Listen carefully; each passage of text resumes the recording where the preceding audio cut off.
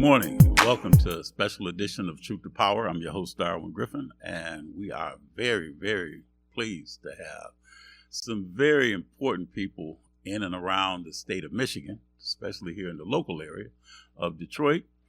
And we've got a couple of people that are going to need your support come the election in November. And I am joined by two very good friends of mine.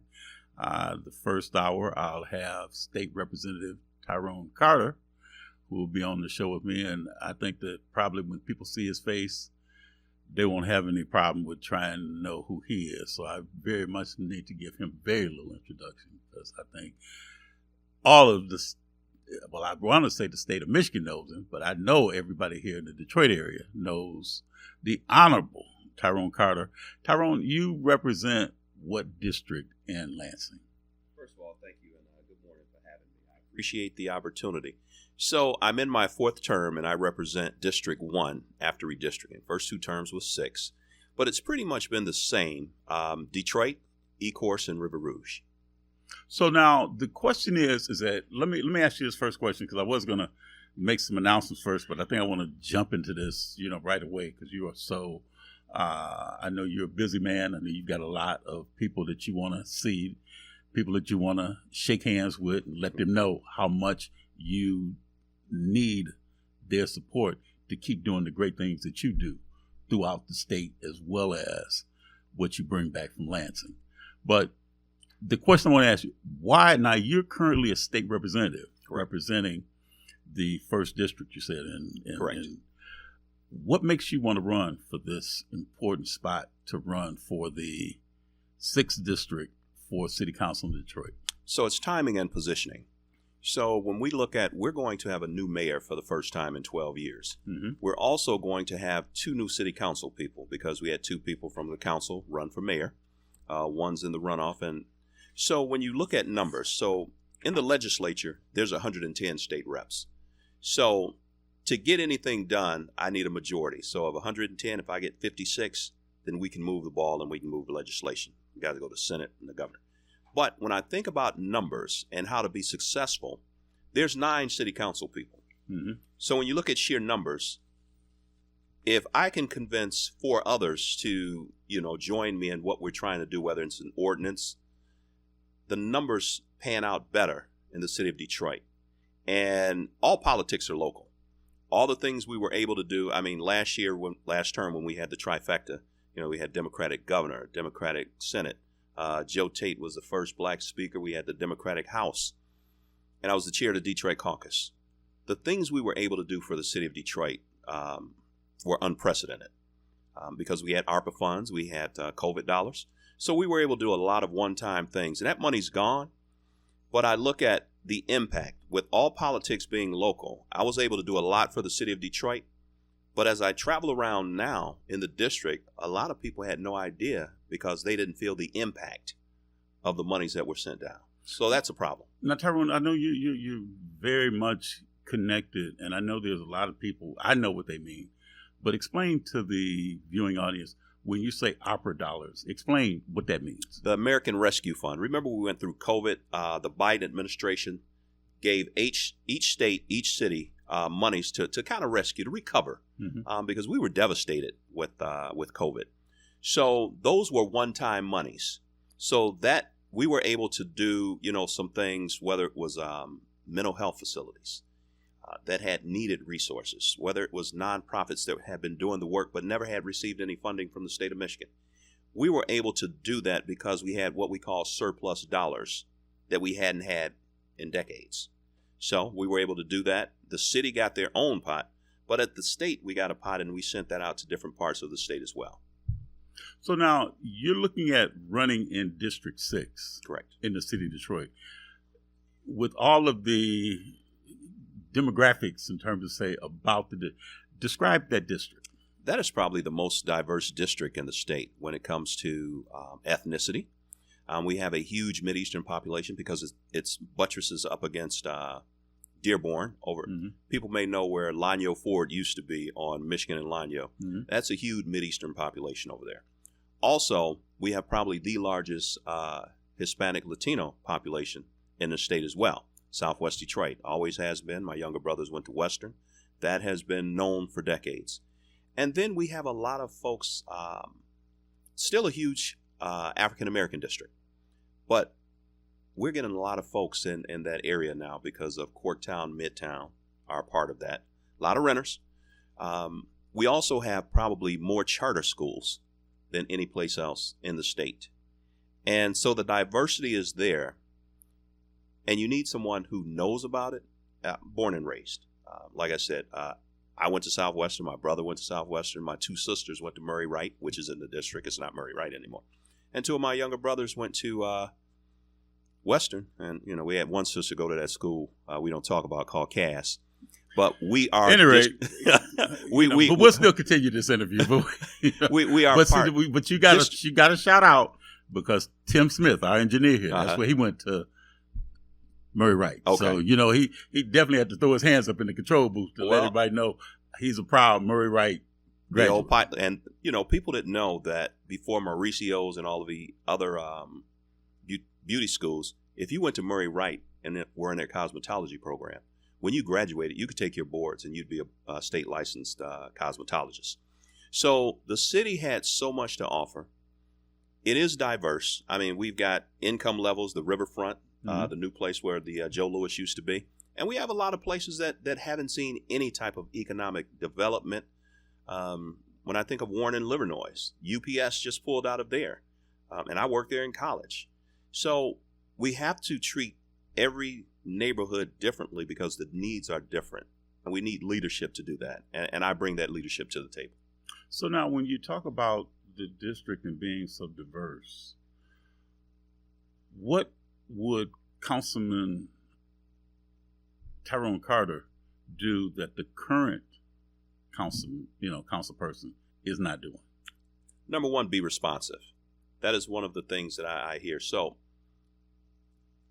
my district in the State House overlaps maybe about 70% of the city council district. 80 to 90% of the issues I deal with are city issues.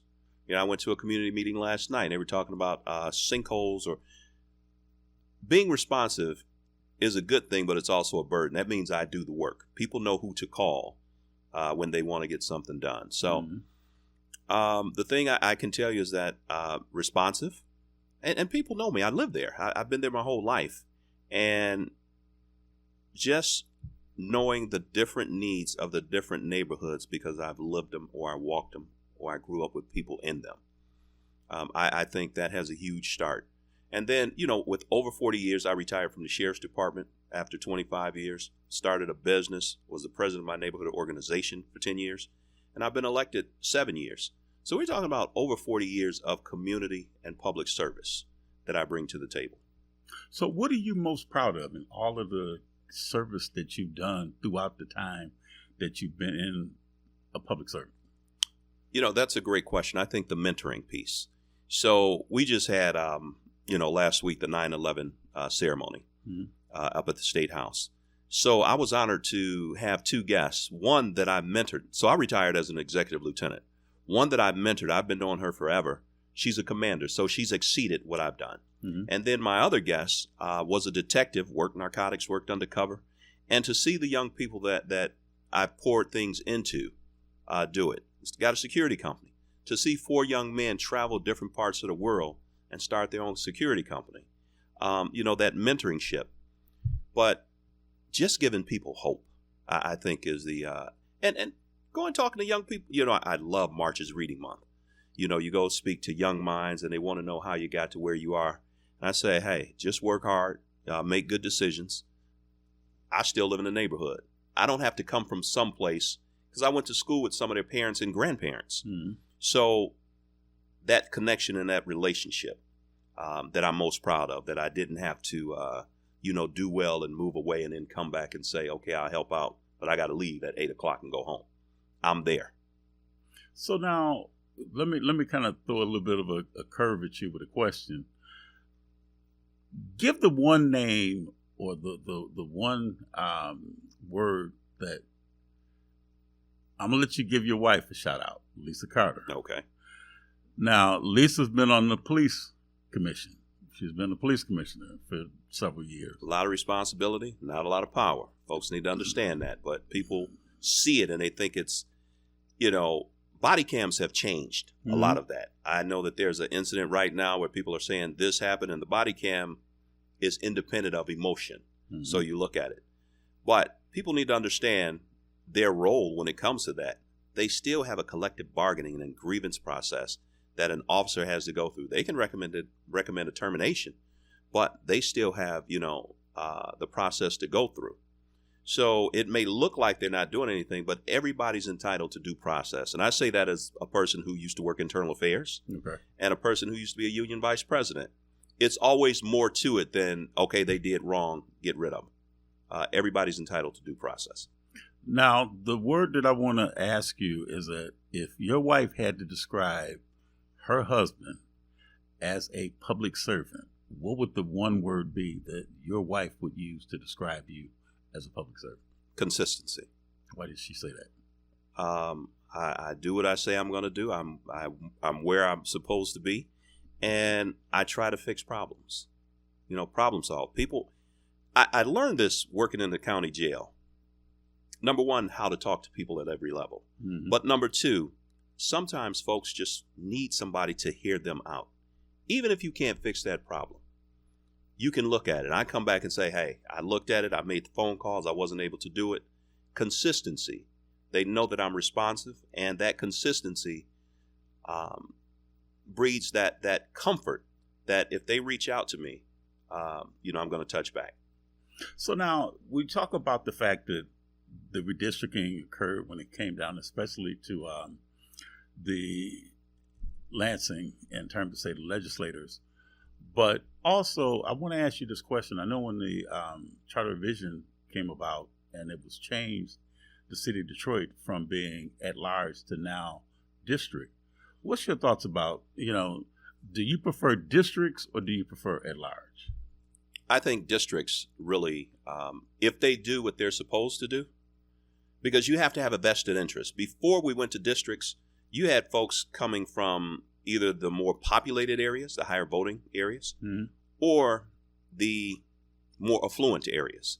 I mean, you could have 5 city council people living in North Rosedale, Indian Village, Sherwood Forest, because there's a huge voting block. So this was to give fairness and representation to places that felt there was nobody ever elected from Southwest Detroit. And I'm sure there's other areas that had that desert. But you had county commissioners elected from there. You had state representatives, state senators. So the city council, and again, all politics are local. How do you get something? And I'll give you a great example. I want to say 2008, 2009, Marathon received a tax break to expand. And that was before districts. Kwame Kenyatta, Mr. Moore, used to work in our community. He lived in my community, but he worked for Kwame Kenyatta. Kwame took a special interest in what was going on in that community and leaned in and helped us. This community benefits agreement. So what we were able to do, and I was the president of our neighborhood organization, what we were able to do was get Marathon put up the money because the city was bankrupt and they had closed our rec center. Marathon put up the money to open a closed rec center, modernize it. They also came up with 10 scholarships for 10 years PTAC out at Henry Ford Community College, and I sat on the advisory board for that. So that all came about because we had somebody that could advocate for us. Didn't live there, but could advocate for us. So now that you have districts, you have to figure out how do you sit and have conversations with every stakeholder to make things better in the district. So I've done that at the state level.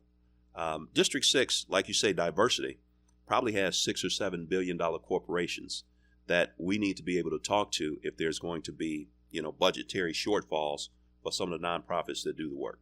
And it's about relationships. And politics is a team sport. And I haven't seen a lot of that unity over the last year or two. Because when you look at the different districts, what are some of the weaknesses? Let's do a kind of a semi-SWOT analysis. What are some of the strengths and some of the weaknesses that you see in District 6? The strength is the people, the communities. There's some strong communities. I mean, we hear about, Corktown, Midtown, but over off of 12th Clayton, when they rename your neighborhood, rebrand it, the price is going to go up. But there's some neighborhoods, and going to these community meetings, people have been in here for generationals. I was at a meeting the other day around the corner from Sampson Weber, where the lady told me she was born in that house. She's been in that house, but she's one of 5 houses on that block now. So they're looking at the neglect or just nothing going on. So we've got to do better, not for her because she deserves a certain quality of life at that age. If she wants to stay in her house, we need to make it as nice as possible. Right. So just going around, having those conversations and saying, okay, progress is a process, which I love to tell people. Nothing got bad overnight. We're not going to move the needle. It's not going to get great overnight. But if we can show you incremental progress, where you see maybe a store pop up, where we create an environment that people want to come in and say, okay, well, let me work on these houses, these shells. I don't know. I'll just say that has been missing from what I see. And so I bring that energy, and your status means nothing to me when it comes to representing stakeholders. And I say that because I know we have a large undocumented population that is in fear right now. So they can't vote, right? But neither can kids. And I fight like hell for kids. I make sure that kids have everything that they need. Last term, what did we do? Free breakfast and lunch. More per pupil money, not equal funding, but equitable in the city of Detroit. We got the $95 million for the literacy lawsuit that the young man, Jamaria Hall, and the kids from Osborne, remember they sued? Right. Yeah, they won the lawsuit, but they never got the money. So we were able to get that money last term. And one of the biggest things I'm happy about is able to get that $7 million to build Davis Aerospace Academy back on the airport, Coleman A. Young Airport. And that's, last year I did the clap in over there at Davis. And I was so proud when Michelle became the new principal, over Yes. there. And just, I felt so bad because when they did the clap in a couple of weeks ago, that I wanted to go to Pershing because Ann Connolly, this over the Alumni Association there, asked me to come and be involved.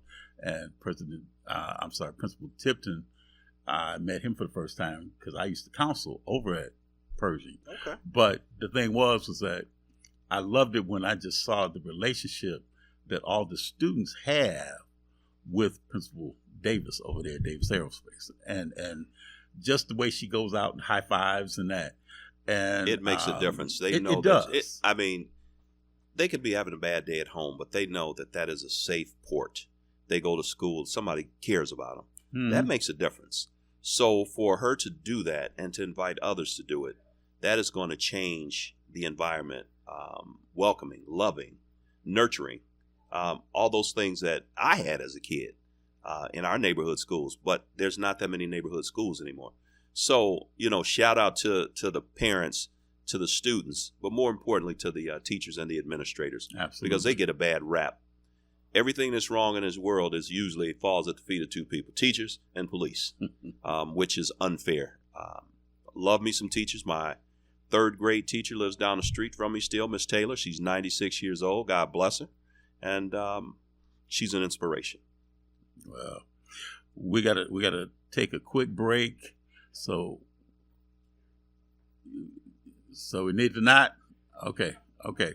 But the question I want to ask you now, Tyrone, is that when you look at your district in terms of, say, District 6, some of the things we talked about, the strengths, we talked about, what are some of the other weaknesses that you see in the district? The weaknesses are there's no central repository where people can go.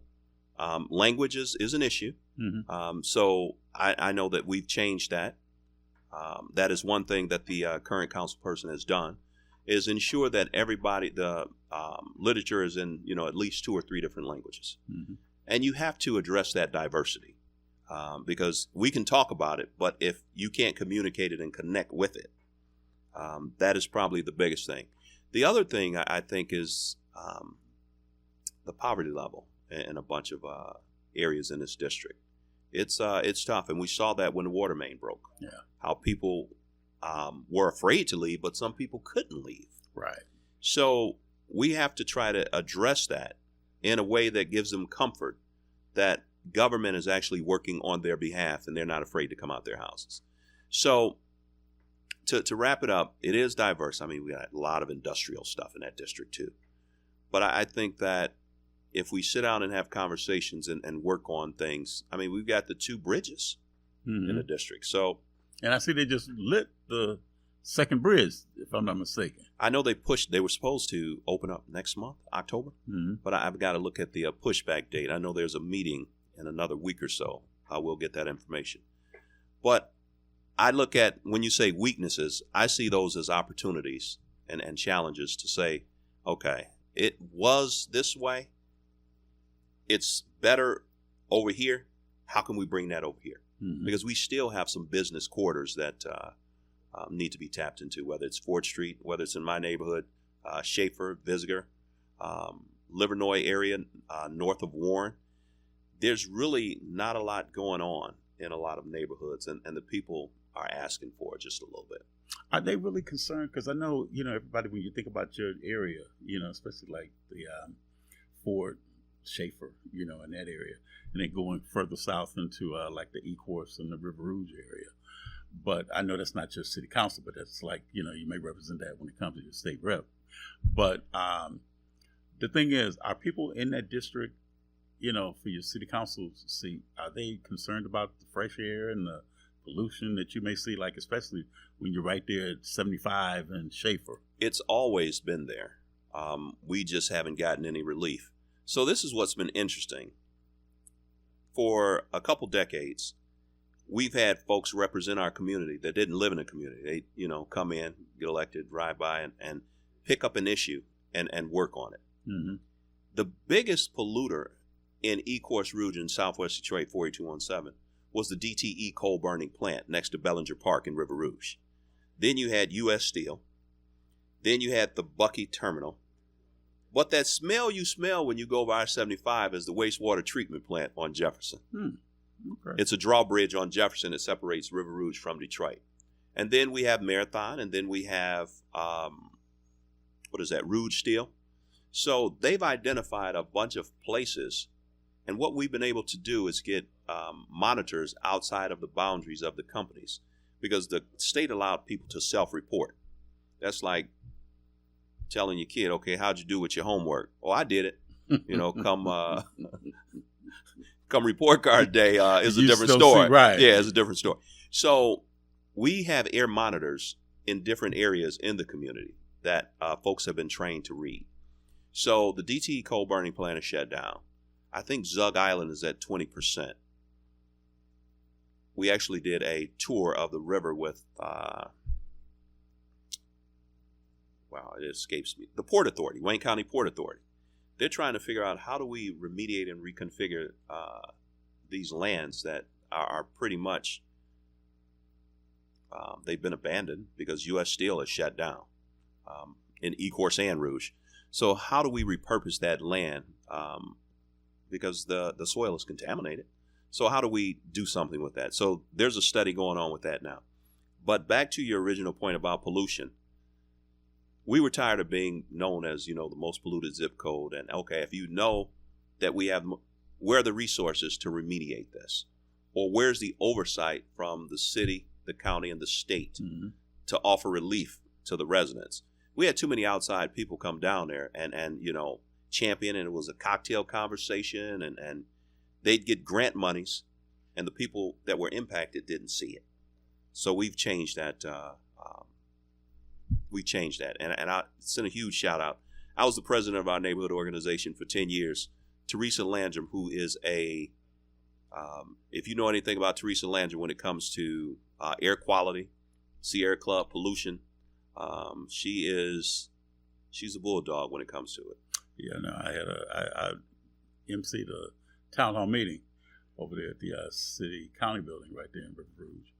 And she, Ebony Elmore, several others were very instrumental Absolutely. in getting the messaging, out. So now when look at the opportunities, what are some of the other opportunities in your district, and what are the threats in your district? I think that having a lot of schools in the district can bring in a lot of families. Mm-hmm. So, like I said, we've got charters. We've got Voyager, Hope, Cesar Chavez. What is the other one?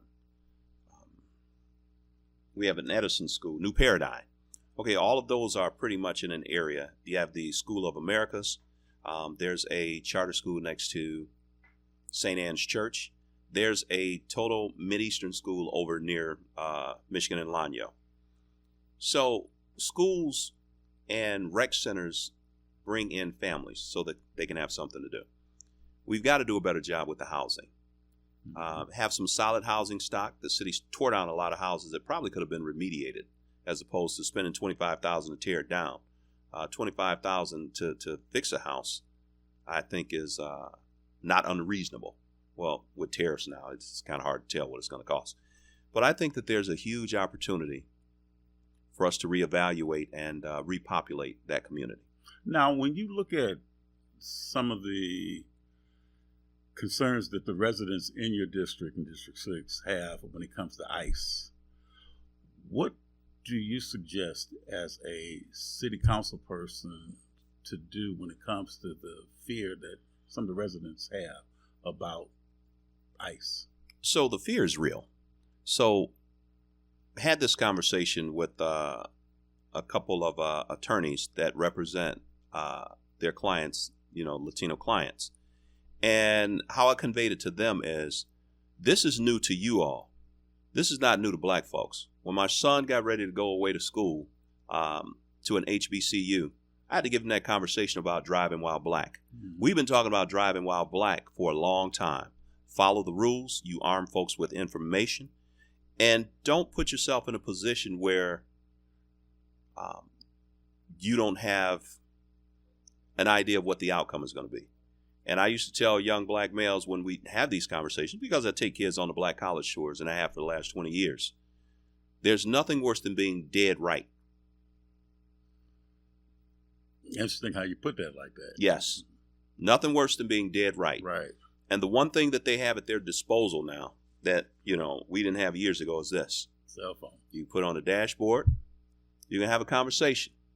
You can even film things, without bringing a lot of attention to it, to make sure that your rights aren't being violated. So you arm people with that information. We've had town halls. We've had teletown halls because people were afraid to come to them. So the biggest thing is you get information out on how to protect yourself in case of. It does you no good to know your rights and you're inside a jail cell. Exactly. So we're trying to be as preventative as possible. And it does no good, too, when you are a martyr that people look at that may be 6 feet under. And dead right. You're dead right. Yeah. And everything you did everything right. You had the right side. The law was on your side, but it just didn't work out that way. Mm-hmm. So we've got, and the difference between you and I and this younger generation, they're a lot less fearless, which sometimes could be reckless. Mm-hmm. To have those conversations, say, hey, look, know when to comply, know when to resist, but you want to make it out of there with outcomes. I used to tell my son this, hey, whatever they do, comply. We can fix it. Can't fix it if something happens to you. Exactly. So just trying to keep people from putting themselves at risk or in harm's way. So bringing up what you just said, when we look at an intersection of that, look at the young people, and especially trying to get more, we know that when it comes down to these elections, especially in the elections like this past August, and now this election coming up in November, we hear all of the comments that people make about the apathy when it comes down to people not coming out. Why is this important for people to come out, especially a lot of young black males and females in this election? I don't think they understand the gravity or the importance of their vote, because they diminish it so much because nothing changes. And we've got a lot of seniors and older folks that say those things. My vote don't matter. They're going to do what they want to do, blah, blah, blah, blah, blah. And so when I speak to young people, I said, go to high school. I'm like, hey, who's running for homecoming king? Oh, so-and-so, my guy. So you going to vote for him? I says, yeah. I thought you said voting didn't matter. So it has to be some connectability with young folks. And a lot of young people are one issue driven. Protests, this happened to so-and-so, we need to get out. We got to get that energy, because when I've looked at for the last 12 years in District 6, the votes have gone down. Population hasn't gone down. But the votes have gone down. So leadership sometimes, people feel like things are going to change, then they'll come out and vote. Well, and see, that's the critical part right now, because there are people saying this election coming up in November, that it may not be what they'd like to see as far as, say, the people coming out to actually vote. And then just like you said, we're going to have a new mayor in the city of Detroit that hasn't been done in the last 12 years. Correct. And we're going to have 2 new council seats in District 5 and District 7. Correct. And I'm sorry, in District 6 rather. 7 rather, I'm sorry. 7. But the thing is, too, is that I do want to extend, because we did try and reach out to the incumbent, Gabriel Santiago Romero, that's in the seat. So we're still waiting to see if she does comply and would like to come on the show, so we can give her equal time, just as we're giving you equal time to come on the show. But the other question that I want to, get across too, is that if elected city councilmen in District 6, what are the things that you're going to do, to really get and stay connected with the voters, with your constituents for the next 4 years? So that's easy. So, having been the president of a neighborhood organization, we'd have monthly meetings about city issues. Mm-hmm. So we're just going to expand that. And I still make it to community meetings, whether it's, I know every city council person in Ecorse and Rouge. I know their mayors. I know their school boards. I try to make it to as many meetings as possible, even though I'm in Lansing Tuesday, Wednesday, and Thursday, to get to meetings so that when there's an issue, it doesn't look like I'm popping up and just trying to come in and throw my weight around. We have to have those conversations and relationships. And that is what I'll do. That's what I've done. Monthly newsletter. Whenever I go to a place and it says, hey, send me a 1-pager on that. We'll send out electronically, or we'll put it in the newsletter. Had a meeting last week with Thaw, their new director. They've asked for money. The money goes quickly now because more people need it. So we need to get that information out to people. So just being a central repository of information that people don't have to go all around the city to say, how can I get help? Almost like United Way has a 211 number. Mm-hmm. You call that number. When, I'm elected, you call my office. And if we can't get it, we'll guide you to where you can get it. And just, being accessible, going to as many meetings as possible. It's hard to do driving, back and forth to Lansing. Mm-hmm. But if I'm home, and that's what I said when I kicked off my campaign, I'm coming home.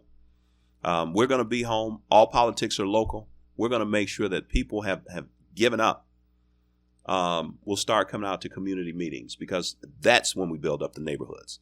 We got to build up block clubs. Like I said, I live in my neighborhood. I could almost tell you who lived in what house, almost on every block within 10 blocks of me.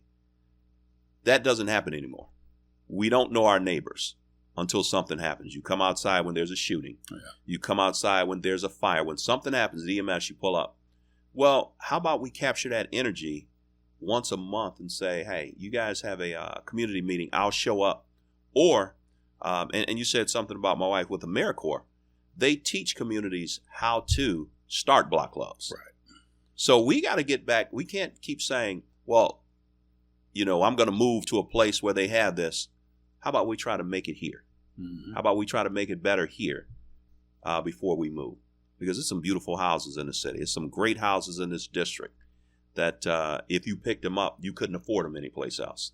So how about we try to make this better? And we do that by meeting, going to the police community relations meeting, because what you heard goes faster than what really happened. And just give each other a little grace and mercy and have those conversations. So now when we look at, one of the things that, Tyrone, that we've heard for many years is that they do so much for the downtown area and not enough in the neighborhoods. And when people come to you and say that, what do you say back to them? I said, let's look at Detroit downtown 20 years ago. And I give them an example. Next to Central United Methodist Church right there on Adams and Woodward used to be a black comedy club called All Jokes Aside. Mm-hmm. Never forget, before Chris Rock really took off, it was my wife and my younger sister. We went down there and, went to see Chris Rock, and he said something about downtown Detroit. Man, the only thing missing is tumbleweed. I remember that.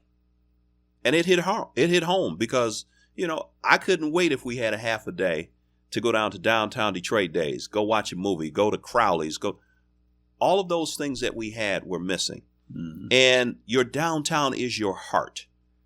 If your heart is on life support, then the neighborhoods are suffering too, because you don't have an opportunity. Downtown is where people went to go to jobs.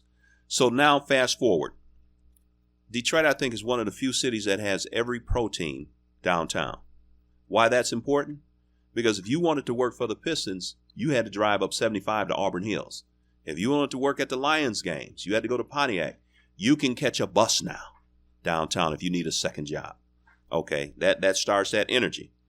So one of the bills I was just able to pass was the first time I got Wayne, Oakland, and Macomb County and Detroit to agree on anything. It's a hotel tax. Detroit was the lowest, probably in the country, because nobody wanted to come to Detroit. It hadn't been changed in 20, 30 years. If we had had that extra income, because nobody complains about the price of a room when they go to Vegas, right, when they go to Florida, when they go to any place else. So it's almost like a tourist tax. If we had had that in play 2 years ago for the NFL draft, if we had had it in play, Lions are winning now. When you look at the energy downtown, and I just left Boston for a convention, and the people that come in and the places and spaces, and when people come to Detroit now, they are pleasantly surprised. We have more to offer than just Henry Ford and Motown and the Lions. They see it. And so downtown is strong now. The heart is strong. We've got to work on the rest of the body now, which is the neighborhoods. So when you look at the neighborhoods in District 6, what are you most proud of? That a lot of people haven't given up. A lot of people have not left. The thing that troubles me more than anything, and when I'm out knocking on doors, is if they had a couple dollars and a little TLC, something as simple as some steps on their porches. Seniors with roofing issues. I make note of this when I'm walking around, because I'll try to find some money because they have worked their whole lives. And if they want to stay in their homes, they should be able to. Mm-hmm. Well, see, and that's the key thing, because, it's like when you look at the different districts throughout the city and you look at, like you say, Corktown, you look in terms of the Avenue of Fashion. You look at the Dexter Elmhurst. Well, you look at something as simple as Marygrove. Mm-hmm. When Kresge says we're going to put $180 million into this neighborhood, okay, that's great. So we got to kind of capture that energy in other places too. We're not envious. We're happy that they got it. Okay, let's expose you to other places in the city as well. Yeah, because that's the thing. Because there's so much to do in the city, not just like you said, just Hitsville or Motown, or to the museums right there in the New Center area. Right. We're trying to create a museum. I'm trying to think of what they called it. That people forget we have the Detroit Historical down there, Center for Creative Studies. There's a black art gallery right across from the DIA. Then you have the DIA, then you have the Charles H. Wright, and you go down the street, you have the Museum of Contemporary Art and Design, MOCAD. We've got a lot of stuff. And a lot of young people have never been to it. DSO. we were intentional. DSO got $1.5 million. And the reason we did that is because they don't teach music in some schools now. So they go and pick young people up on the weekends, teach them music, and give them an instrument. Right. All the stuff that, we had as kids. So we've got to look at ways to meet them. Oh, the other thing, when you said proud of, our Boys and Girls Club. They got $3 million.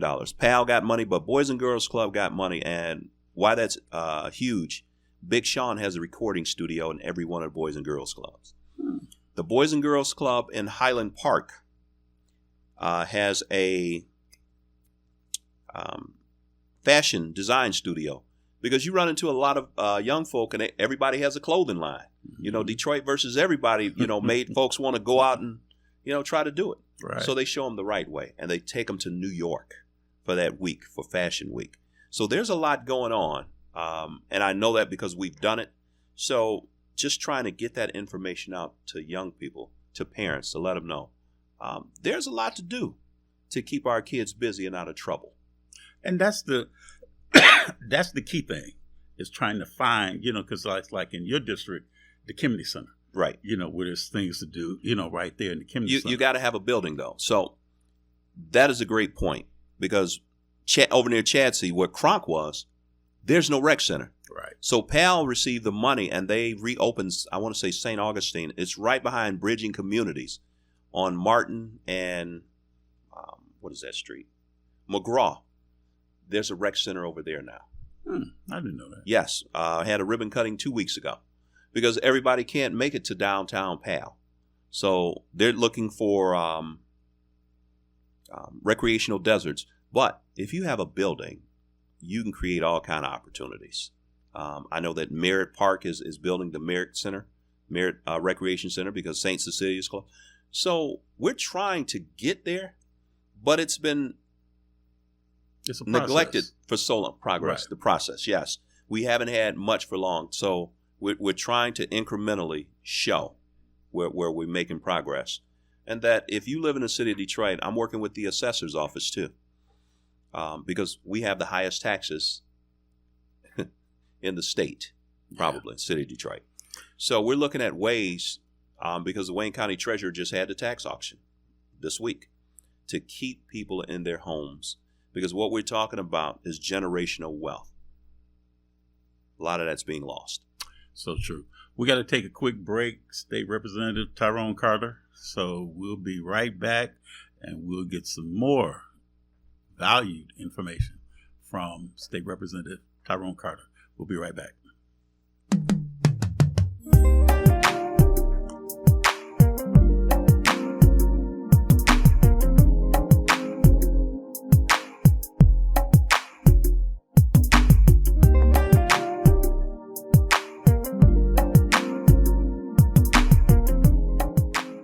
Arrested, you have the right to remain silent. Everything you say can and will be held against you. Don't talk to the police.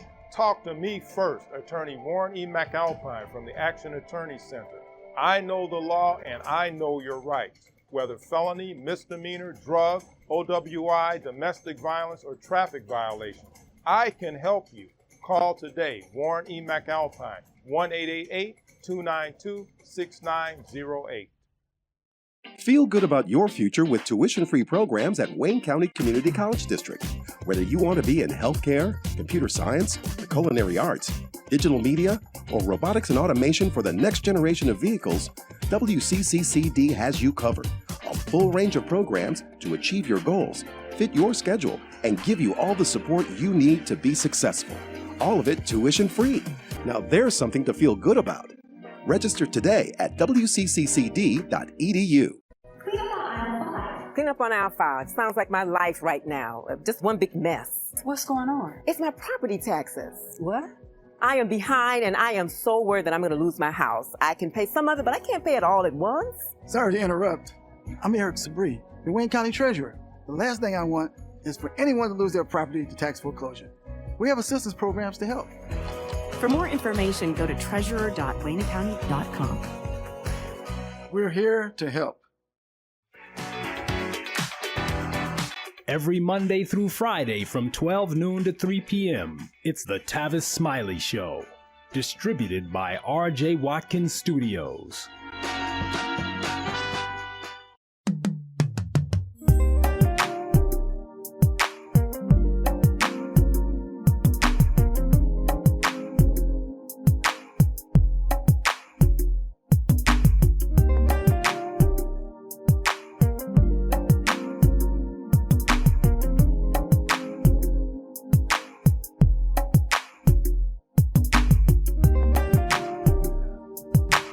All right, we are back. You are watching a very special edition of Truth to Power with my special guest today, the State Representative, the Honorable Tyrone Carter.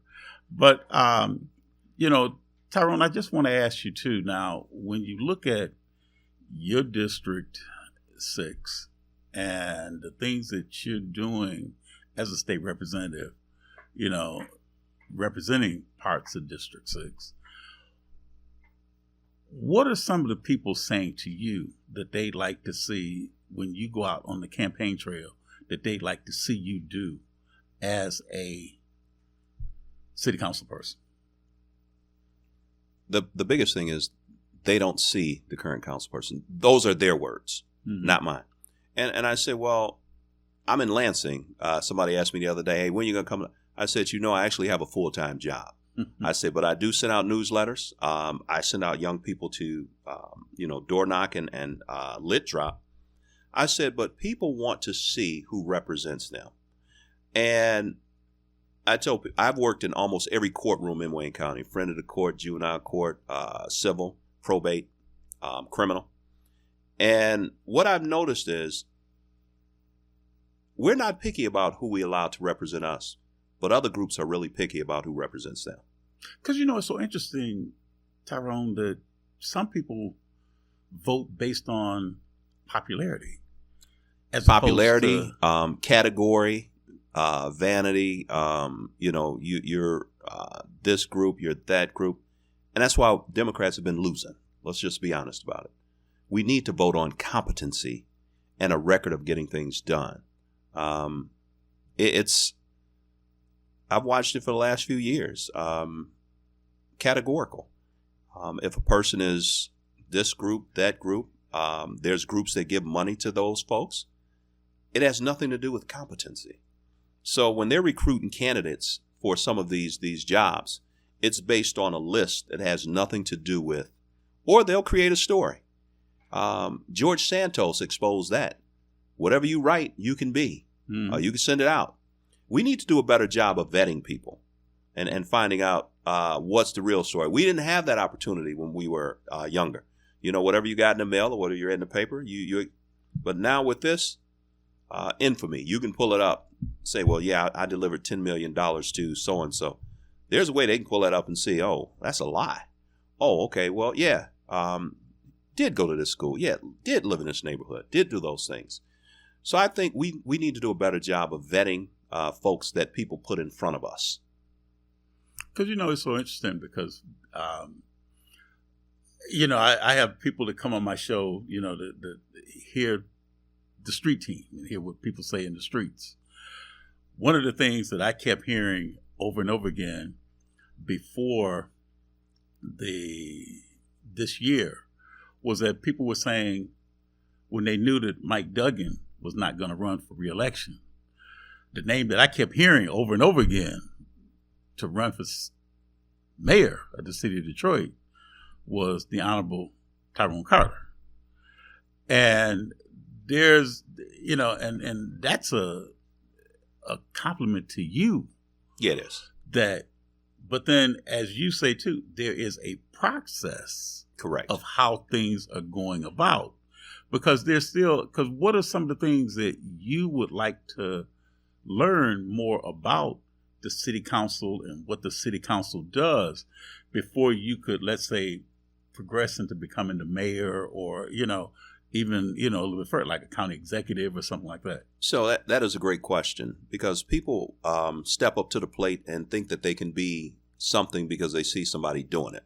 That's not real. You need to know the job before you apply for the job. Mm-hmm. You need to understand the nuances. So coming from the state legislative branch, city council is the legislative branch to the mayor. So it's that check and balance. So we've been a check and balance. It's 3 stools up in Lansing. So you got the House, the Senate, and the governor. But in the city of Detroit, you have city council and the mayor. And that's that check and balance. And I tell people everything needs to be negotiated. It can't be a one-way street. Otherwise, what is the point of having these separations? If it's always the mayor's way, then what's the point of having city council? Right. If it's always the governor's way, what's the, negotiation, I think is a good thing. So learning that job and understanding, what your role is as a city council people, because I've been to candidate forums and folks had no idea what the job entailed, but they'd come up with ideas of what they're going to do. And I was at one at Wayne County Community College, and I told the moderator when we were done, I said, I'm scared. If some of these people on this stage win, we have no idea, because they have no idea what the process is. This is not a popularity contest. This is serious work. Folks' lives and livelihoods depend on our decisions. Mm-hmm. And I don't take that lightly. I put in the work. You can go up to Lansing. You can ask almost my colleagues on the other side of the aisle, my colleagues in my own caucus, the lobbying corps. It's a compliment that they know I am going to read. And thank God for George Cushenberry. You say reading is fundamental. Mm-hmm. You got to read it. Then you got to comprehend it. Then you make a decision. And this is how I tell people to vote. You vote your conscience, because you got to be able to sleep at night with what you just voted on. Then you vote your constituents. The people that sent you there have an expectation that you are going to uphold their wishes. And then you vote your caucus, because in Lansing, you're part of a Democratic caucus, but nobody in that caucus helped you get there. It's your people in your district. So you need to be mindful. You may feel a certain way, but if they feel a certain way, you have to vote their way, because they sent you there. And the final thing I told one of the newer colleagues, because we had 28 new representatives when we got the majority. I said, okay, I saw some of your records. You got to ask yourself, are you going to be an activist? Or are you going to be a legislator? Because you can't be both. You can't be both. Do you want to be effective, or do you want to be right? Because there's a difference. So, having had the benefit of senior folks do that for me, and now that we have a longer term, because you can do 12 years now, before it was 6 and out, it gives you some time to develop those relationships. Let me see. The mayor of Westland and I are great friends. The mayor of Warren, the mayor of Dearborn, we've all served together. So politics is a team sport on what can we get done. So when, I got asked about the mayor's seat, I says, you got to start somewhere else before you become the CEO of the company. Right. And a lot of CEOs of the company started, in some cases, doing some menial tasks for the company. Right. And the same thing, just like even when I was interesting, because I talked to some people and they were looking at the interview that they had with Tom Brady. And Tom Brady's considered to be like the greatest of all time when it comes to being a quarterback. Quarterback, right. But like he said, when he first came to the team, he had to go and he had to get the snacks for the rest of the players. So it's not like you sometimes have to do other things first before you can gravitate into doing bigger things. Work hard, figure out the job, know the job. Then you move up. It's almost like at the sheriff's department. You had to take a test, a competency test, to get promoted. You couldn't just walk in the door and be a sergeant, a detective. There had to be a certain level of competency. That's the problem in politics. We're not testing for competency. And that makes a big difference, right? It does. It does. We got to take a quick break. So we're talking to State Representative Tyrone Carter, who's a candidate for the 6th District in the city of Detroit for City Council. We'll be right back.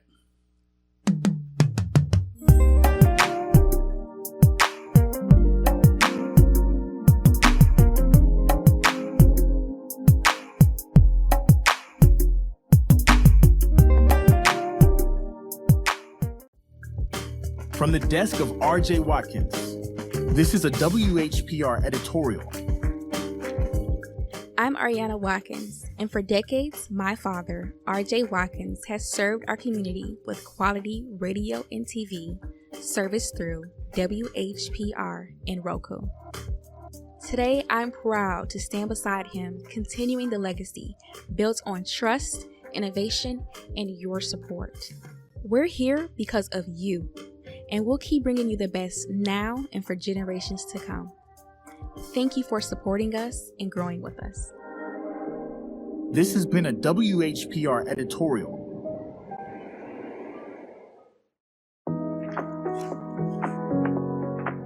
Hey, I know you've seen them. Those sleek vapes that everyone says is better than smoking. Here's the truth. They're not. Did you know that in Michigan, 14% of high school students use e-cigarettes? That's a lot of people risking their life for a quick buzz. Nicotine doesn't just harm your body, it affects your mind too. It can make depression and anxiety worse, and even change how your brain handles stress. You deserve better than to let a tiny device control your mood and your future. You know, I thought vaping was no big deal until it starting affecting my mood and focus. Yeah, and did you know that kids who vape are more likely to smoke cigarettes? But there's good news. You don't have to do this alone. Whether it's through friends, family, or a support group, there's always a way out. Your health, your future, you're worth so much more than what vaping has to offer. Detroit's got your back. Visit CUYFDcoalition.org for tools and support to help.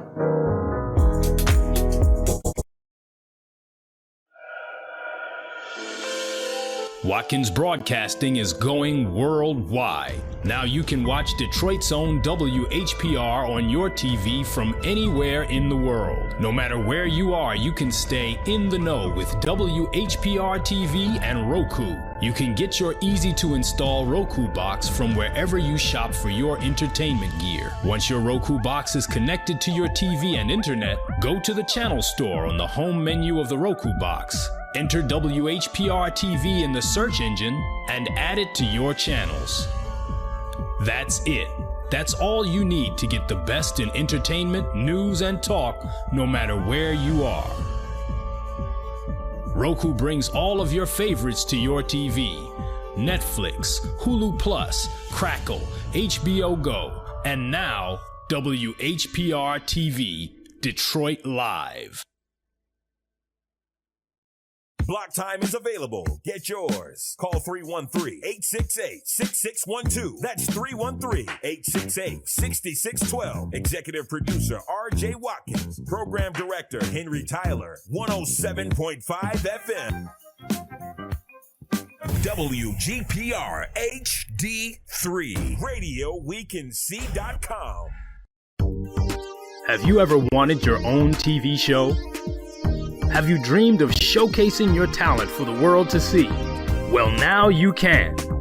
Have your own TV show. You can have your own 30-minute show. Not only will you be seen in the Detroit area, but you can be viewed worldwide. For more information, call 313-868-6612. Visit our studios and receive a free TV interview to promote your business, church, or organization by appointment only. You're watching WHPS, Highland Park, Detroit.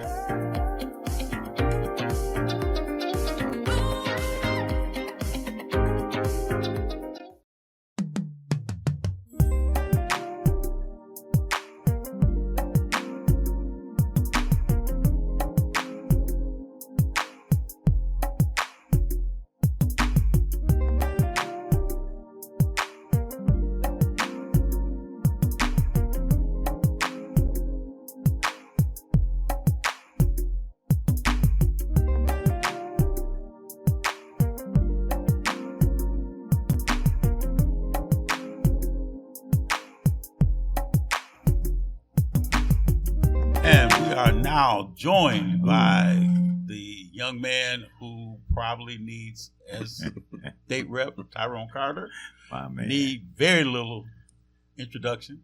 We are joined by the young man who sits next to me, who also needs very little introduction in the state of Michigan and primarily here in the Detroit area. and he is none other than this young man. I'm trying to think. There's so many adjectives to describe him. But the one thing that I would have to say is that he is mine and State Rep Tyrone Carter's friend. That's right. And that is Mr. Hester Wheeler. My man. Hester Wheeler, we're so pleased to have you on. Thank you so very much, Darwin. My man. I'm looking at us on this monitor.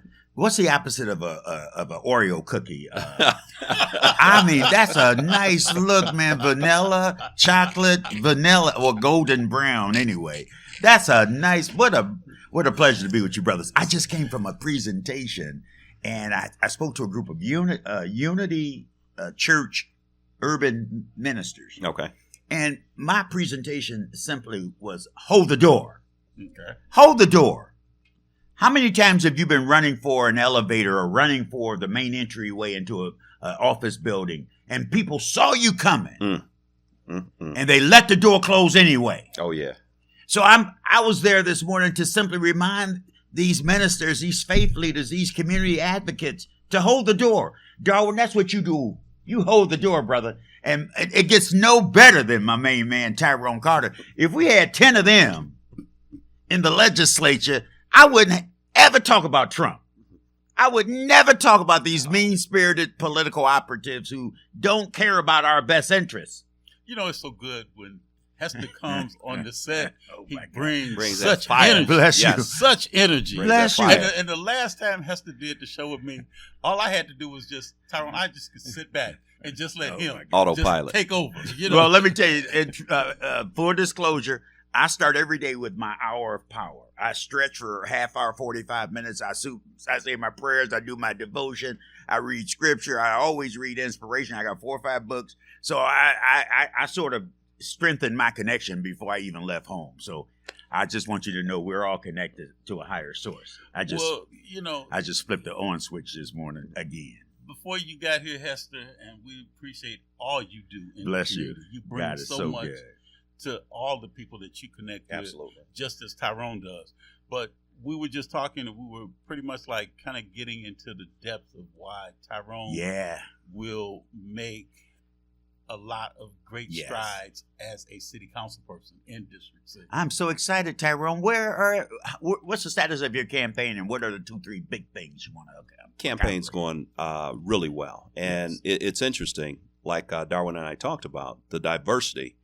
So I'm honored to have received the endorsement of the Spanish-speaking Democrats out of Southwest Detroit. That speaks volumes. Because of the work that I do.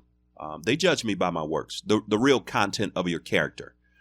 Been there, worked hard, Sir Metro, Southwest Business Association, LaSaid. Those folks are big supporters because of what I've been able to do without, out here standing on the mountaintops, blowing my horn. This is what I'm doing. I see a need, I see an issue, and I ask them, okay, how can we resolve it? Okay, what can we do? And the biggest thing you and I were talking about off camera is a lot of people don't understand the process of how we get here. The black community, we've delegated a lot of our authority to folks that haven't had our best interests. That don't have our best interests. And so, when I look at the legislature, there's 0 black male senators. In the Senate. That's correct. There's redistricting 6 black male representatives, House. There's not been a black male statewide elected since Richard Austin. Now, everybody say, well, Lieutenant Governor's there. I said, well, he was on a ticket. And I love Garland. No, that's not the point. I love Garland. But the point is, education. The point is that we've always been cheerleaders for others, but others haven't given us that same energy. And so they get upset when I come in the room and I bring that energy because I'm accepting nothing less. Nothing less. Now, you guys are teasing me about being on. This is where he dwells. This is such a strong brother. Whenever we have the opportunity to bring Tyrone Carter, just say anything you want to say. Provide us an update. We don't even have to ask him a question. But I love that space you dwell in. But you've said several things. Redistricting dealt African Americans a bad hand. Do you have a sense now? About 20 of us spent time a whole day together. We had quite a few young people. They said we don't see the value in voting. We don't see. We talked about. Oh, that. You've already talked about. Yeah, but they see the value in voting for the homecoming king. They see the value in voting for things that are important to them. See that perspective? And you so see the perspective? we've got to have those conversations. If it wasn't that important, people wouldn't try to keep you from getting it. Education. Our parents, if it wasn't that important. If it wasn't that important. Again, so when we hear all of these nuances, but young people are such one issue driven. Yes, sir. That, and if it doesn't jump up on this, yes, sir. They're voting block. Yeah. And they're too portable. So we've got to figure out a way to get them engaged. And Darwin and I were talking about this earlier. Me trying to get young people. Now, I've mentored people at the Sheriff's Department that have surpassed what I was able to do. That's what you My want. goal is trying to find some young people that want to do this and expose them to it. But the biggest thing is they say, well, what about the money? Yes. And this is what I tell them. They say, well, how much you make, Mr. Carter? I say, well, I make a difference. My man, look at Tyrone Carter. You can't worry about the money. Yeah. So when I get a call from a 74-year-old gentleman who's been renting a house for 10 years with receipts, and they put that yellow tag on his door, and I'm able to not only get him to save that house, but that house is in his name now. That's awesome. That's making a difference. That's awesome, Tyrone. I follow you on social media, and I applaud your energy. I don't know how you happen to go everywhere. Every time I look up, you somewhere else doing something. Showing up. And I'm from the old school, though. That is it. Showing up. I have high regard for a lot of old school politicians. They show up. They show up. And so I've learned a couple things. I shouldn't say this on the air, but I've learned how to show up. And the best way to show up is learn not to say goodbye. Just show up. And when you're done, keep walking. Because if you start saying goodbye to black people, they'll say, "Oh no, hold up." Yeah, let me tell you one more thing, or let me buy you a drink or something." But I'm also from the old school that says, "Pay dues, pay dues, pay dues." And then I talk to young people, and they say, like you just pointed out, "Get paid, get paid, get paid." So how do we shift that paradigm? Take cuts. Well, it's so interesting because I talk to people and they say, "Don't say goodbye, say see you later." And that makes the difference. Right there. That means I'll stay connected. I'll stay engaged. I'll stay connected. And that's one of the things you as a city council person, I know you've done this as a state rep, you will always see people later. Yeah, it might not be at the specific it's time. So refreshing. But you will still see them. We think we have so much time. Correct. And we don't. Ooh. We don't. Glenn McIntosh. Mm-hmm. Exactly. Front line. I just saw him. Where I saw him? At Louis Sharp's funeral. Louis and I went to high school together. Ooh-wee. And so Glenn was there, and we're talking, and then I get the phone call. Yes. And how old was Glenn, Tyrone? Early 60s, maybe? Early 60s. Yeah. Good-looking brother. Strong. Bodybuilder. That took it out of me. Yeah. Because any kid that wanted to go to Oakland University, I would say, you got to go see He made it happen. Dr. McIntosh. The ranking African-American executive at Exactly. Oakland University, and he was absolutely my friend. So I want to add to what you just highlighted. We think we have a lot of time. We do. But you know what? I'm saying if you have a song in your heart, you better sing it. Mm-hmm. If you got a story that needs to be told, you better tell that story because tomorrow's not promised. And that's my challenge to young people. You got some big ideal about the future, so help us. Help us understand what is it that we need to know. Well, it's just like with you, Hester. Your son, Jeremiah. Bless you. Oh, my God. You have ingrained in him so much. God is so good. But you can ingrain it in him. So my oldest son passed away. Yeah, and bless you. He was. Yeah, bless you. I mean, he'd come home from North Carolina yes. and he'd be like, "All right, what's up with that campaign?" Even one of his buddies who lives in D.C. Will be there next week for the CBC. He's like, "Mr. Carter, are you coming?" They're engaged. We got to find them. My youngest son, he's one of those. Well, we'll figure it out. I say, no, if you don't figure it out, life will figure it out for you. That's exactly right. And you're going to wake up at 40 trying to figure out what your potential That's exactly is. Right. We've got to put these guardrails in. And the old, Pastor Barlow told me, don't be out here trying to bootleg preach. Don't be quoting those scriptures. That's quite all right. I get accused of that. But you train up a child, but you put up as much as you can in them, and then you can't worry about it. You can't worry about it. But so I know what he's done with his son because I've worked with Wayne State. Yes. And, just this week with their president, how do you attract somebody to a place where there's instability? Yeah. You don't get 2 years. Even a horrible coach on a team gets more than 2 years to develop those draft picks. Good point. And the biggest issue was the black students at medical school, not students of color, not diversity, but black students. And Dr. Espy and I had many and plenty conversations because she knew that I was the number one cheerleader for Wayne State in the legislature. U of M doesn't have to ask for money. They get it. Michigan State, they don't get it.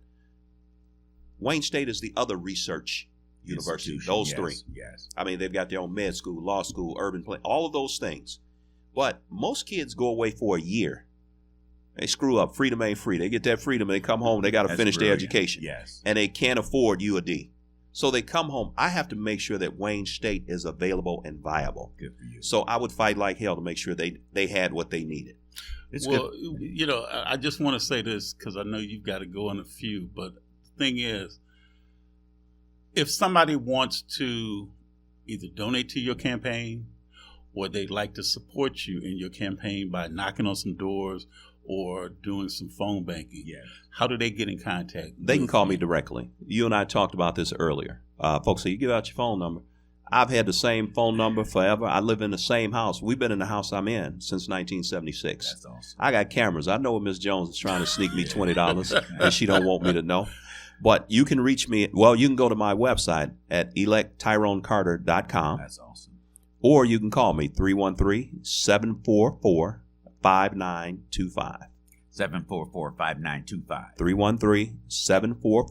313-744-5925. That's public service. Well, you know, and that's the You thing. put your number out like that's the That's thing awesome. that we want to make certain that regardless of whatever happens in November, we always want you have an open invitation. I'm coming back. Come back. So I've been to most of the senior buildings, and a lot of them remembered me because I hadn't been there in 8 years. You know, I ran for city council 8 years ago and lost by a couple hundred votes. Then I ran for city council the next term and won by a couple hundred votes. And I say, God has a sense of humor, don't he? He does. He always, Absolutely You does. may think you know what you want Yeah. or what you deserve. Be patient. But exactly. Yes, sir. The final What happens say. when your seat becomes available? What are the next steps? So you could look at it two ways. So we're not in majority, so there would probably be no rush to fill it. Now, when we had a 56-54 majority, and the two people ran for mayors of Warren and Westland. That's right. There was a push to get that back because it was a You needed to keep that 54-54 majority, tie. yes. So when people talk about what didn't happen in the legislature, that first year we knocked it out the park. That's absolutely true. But then we lost two people. So Matt Hall was the leader, Republican leader. then. Yes. So he had very little power. You see what he's doing now, That's right. now that he's the speaker. He's trying to use all of his Right. power. Yes. Absolutely. So He shut that it shared power, we had to get those two back. And then right after that, you got to run for office again. And we lost the state because of a bunch of factors. A bunch of factors. A bunch of factors. Yes. Some folks on your team going south on you. But Well, we're going to talk about some folks on the team going south with Yeah. our next guest. so My man. So when that happens, you have to look at the unintended consequences that we're suffering right now. But as it relates to We don't filling have your a budget. seat, Oh, we fill don't my want to seat. let the governor off the hook. Oh, no. Do we want her No. to call for a special election right So- away, right? It doesn't start until January. Yes. And the primary, I'd have to run in August anyway. Anyway. So you have to look at. But those constituents need access to That's somebody true. to answer questions or. Yeah, I got that you. is true. But you see. But you got to remember, she also hasn't filled the Senate seat. In Saginaw area. Yeah. But she did call for the election very recently. Yeah. Okay. Oh yeah. I understand See, politics. this man is so I astute. You understand see, politics. he's so astute. He knows He because knows what's going on. That will shift. That's exactly right. That can It shift could the go paradigm, either way. right. Well, a few people that thought they were shoe-ins got shifted off to Republicans, Tyrone Carter. Schuette and a guy Beeson, because they thought it was a free shot. So now they have to decide whether or not they're going to run for their House seat or their Senate seat. Uh-huh. And you know the old saying, a bird in the hand Is better than two in Two the bush every day. So I think they're going to go for that. Brilliant, I just Tyrone want you, Carter. before we let you go, Tyrone, just why is it important to support black media? Because representation matters. Yeah. And I've watched, we're losing market share, if you will. Like I said, when I got elected, we had 2 or 3 black male senators. We may have had 10 or 12 representatives. Now we're down to 6 black males in the House, 0 in the Senate. Yes. 0. I'm going to the Congressional Black Caucus next week. Yes. There's no Black Caucus member from the state of Michigan. What a tragedy. Yeah. So when we start talking about representation, it does matter. And we should not apologize for being committed to self-determination. I'm not. Right. So I'm not. I appreciate you, though, Tyrone. I'm also saying several things, though. You've got an awesome responsibility. The paradigm in Detroit is about to change, and we need your brilliance on Detroit City Council. I wouldn't be surprised where you land on City Council because you are who you are. So I just want to wish you well. Well, that's the biggest thing, and nothing against anybody. But like I said, we're going to have some new dynamics. There you go. Uncharted water. That we're going to need some real sailors. That's right. To grab the wheel. And there ain't no substitute for maturity and discipline and discernment. Absolutely. Keep hope alive, Tyrone and that Carter. makes a difference. My man. Tyrone Carter, candidate, City Council, District 6 in Detroit. He's sharp too, man. Look at him. 313-744-5925. Denzel, we're going to talk about him too. But now I came from a haberdasher experience, Go ahead. Okay. Well, we're going to see you December. We're going to see you. We're going to see you back here at the station in December Okay. after the election's over. Go ahead, Tyrone. Good to see you, brother, man. Denzel. What's up, brother? How you doing, man? All right. Okay. Now we are joined by another candidate who is running for City Council in District 7. Yes. And that is Mr. Denzel McCampbell. Hello, Mr. there. McCampbell. Thank you for having Welcome me. to Truth to Power today. Thanks for having me on. And I know you know this young man. Yes. I know you know Hester. Who doesn't? But Denzel, were you named after the celebrity? I was named after my man. Yes, Denzel I just wanted to make Washington. sure. Okay. And a lot of folks are telling me about. You may have seen the video that's going around that he's saying that his actual name is Denzel.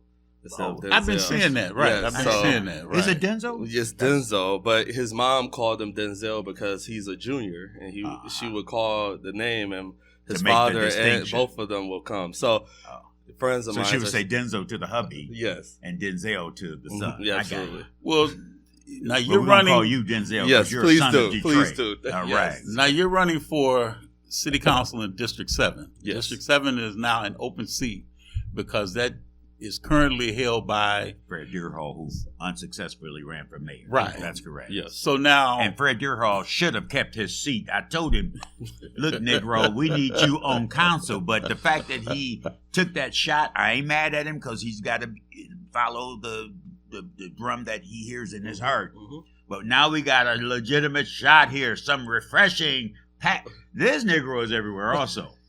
Every time I look up, he's at another protest or demonstration. Denzel, who are you? What's going on? What's in your heart? I will say what's in my heart is actually delivering for the people and standing up for folks, right? And that's why, as you mentioned, I've been doing community organizing and advocacy work for my entire adult life. And just to go back, as we talk about who I'm named after, I really give a lot of honor and thanks to my parents. I was born and raised on the CDC side. Awesome. And what I tell folks about is that my mom was born 25 miles outside of Selma, Alabama during the Jim Crow era. And she, growing up, she and my dad would always tell me about her memories of the dogs being turned on black folks, police, black folks being beaten and killed, as we know, simply because we wanted to vote. Just because we wanted to Exactly. Vote. And I got from that, they instilled in me the importance around voting, politics, and community action. And after I graduated from Michigan State University, I started doing election protection and voting rights work, and that's where we met. Exactly. Absolutely. And what I realized, and we were part of groups that were talking about early on the promote the vote effort of expanding access. And I remind folks as I go around, we had to have a reason for absentee. We had a voter registration deadline. That's right. And we had other barriers. So we actually have some new voting rights now that make a difference. Yes. And let me just remind you too, Denzel. Stacey Abrams taught us a very, very important lesson. I'm sure you're living it because of your track record in voter mobilization. But the new gold standard is early voting. Yes. If you're serious and you want to win, if you want to be a player politically, you got to make early voting work for you. And then COVID shifted the reality. Absolutely. 2 out of every 3 people who participate in the process, now they vote early.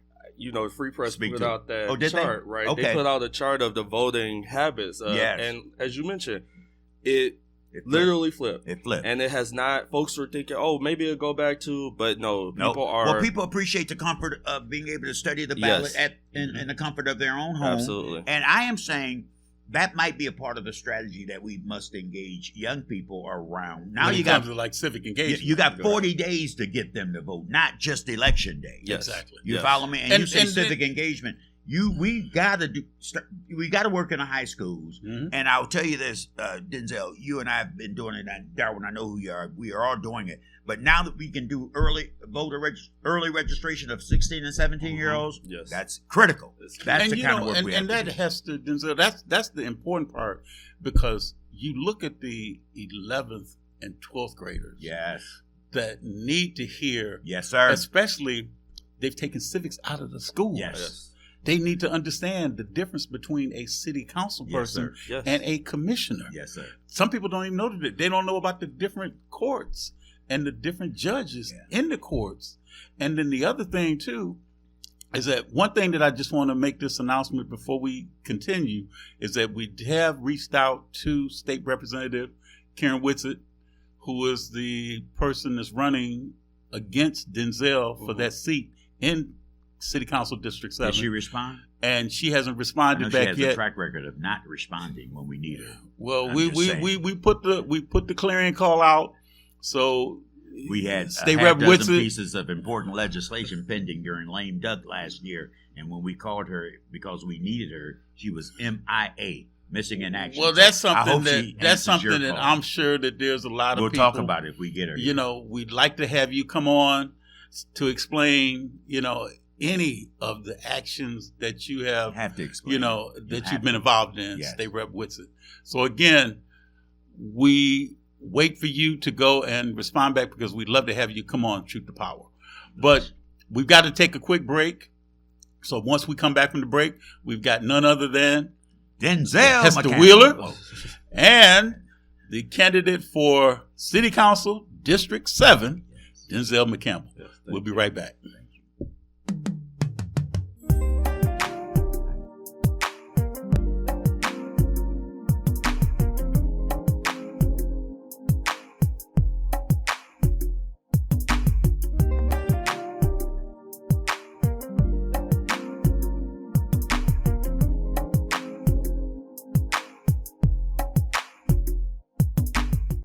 Feel good about your future with tuition-free programs at Wayne County Community College District.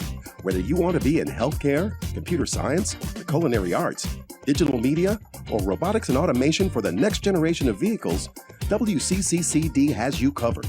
A full range of programs to achieve your goals, fit your schedule, and give you all the support you need to be successful. All of it tuition-free. Now there's something to feel good about. Register today at wcccd.edu. Muscles, joints, or feet tired, achy, or distressed? Tried everything? Ringmaster Rubbing Oil is a vintage topical pain reliever, trusted for over 70 years, with a rich formula for the treatment of stubborn aches and pains. Packaged in a glass bottle for purity, our liquid can also be used in warm water for foot soaks and compresses. A little goes a long way. Try our time-tested formula, available in several sizes.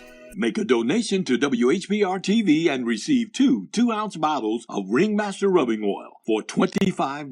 Call 313-868-6612. Manifest your life and fly, fly, fly, fly. Renee Lane, Yancey Shore. She's a spark, she's the light. She's the voice that feels just right. Truth and style, heart and grace. You'll see joy in every face. Radiate, illuminate, and shine, shine. The Renee Lynn Yancey Show.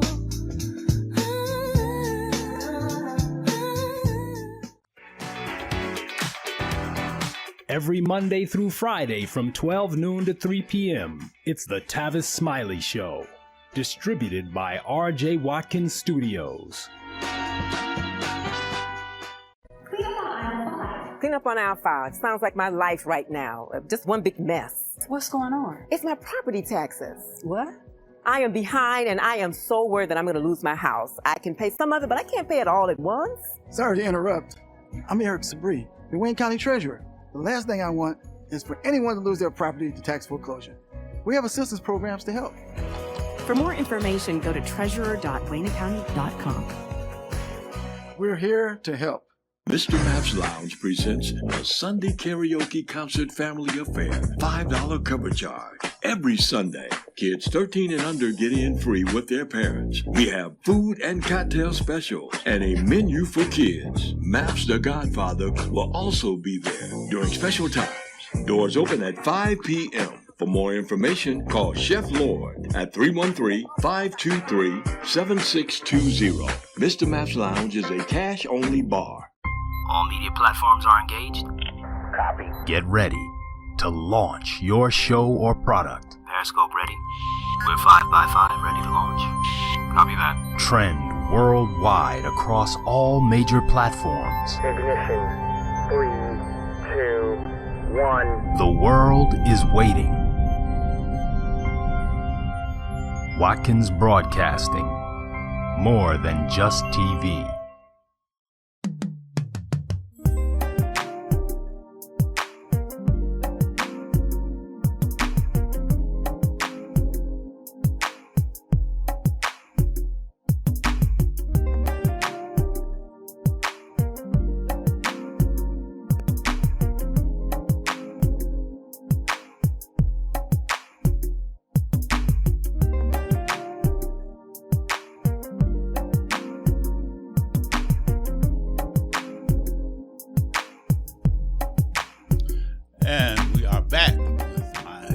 Special guest on the show with us today, and that is the man who probably needs the littlest introduction of anyone in the state of Michigan. He was formerly, I mean, he got so many titles. He got more titles than probably anybody can think. But this man has done so much when it comes down to the Secretary of State's office, Wayne County Executive's office, the firefighters in the city of Detroit. I mean, so much. NAACP, Fellowship Chapel. Wow. And the main thing is he is a friend of WHPR TV Watkins Broadcast. Mr. Hester Wheeler. And then we're going to put those same titles on Mr. Denzel McCampbell. I do have this little quick story that I have to tell about this young man, and he knows it. He knows the story. I needed a resolution from Congresswoman Rashida Tlaib. It was a quick ask that I asked of Congresswoman Tlaib. Denzel was like one of her right-hand people. Yes. And Denzel said to me over the phone, we had never met, but he said to me over the phone, I got you covered. And he did. And he got it done. Yeah, and this was something that she even brought the information so quickly to Denzel. Yes. And we appreciate that. Oh, absolutely. And that was something for a homegoing service for a lady who I used to do a TV show, a radio show with, Livonia Perriman, when her father made her transition. Yes. And she was very appreciative, Denzel, of the hard work and the quick work that you did in getting that resolution together for her family. And that's what I applaud Denzel McCampbell about. I think you understand at an early age that service really is the price we pay for the space we occupy. Mm-hmm. And you got to call people back. You've got to be responsive. And I appreciate all the accolades you extended toward me, but for the grace of God, the one thing I try and communicate, I do work with the 11th and 12th graders. That's the most important thing I do right now. Every week I go to my old high school and I spend an hour and a half. But a part of what I'm trying to communicate to young people is I know what you can do with your life. Mm-hmm. Skills are transferable. And the earlier you learn that service is the price you pay. And simply calling people back. I run into people from 25 years ago and they'll say, Hester, you remember I asked you this or you did this? They're forever grateful. So what's your commitment to service? What's your track record? What will your priorities be as you go to Detroit City? And you know who gave that quote? Muhammad Ali. Service is the price? Yes. That's where it came from? That's where it came Bless from. you. All See, right. where it came. See, I have to be I can't be as knowledgeable as Hester Well, Brother, you but I'm better trying count to your be. blessings, You know, boy.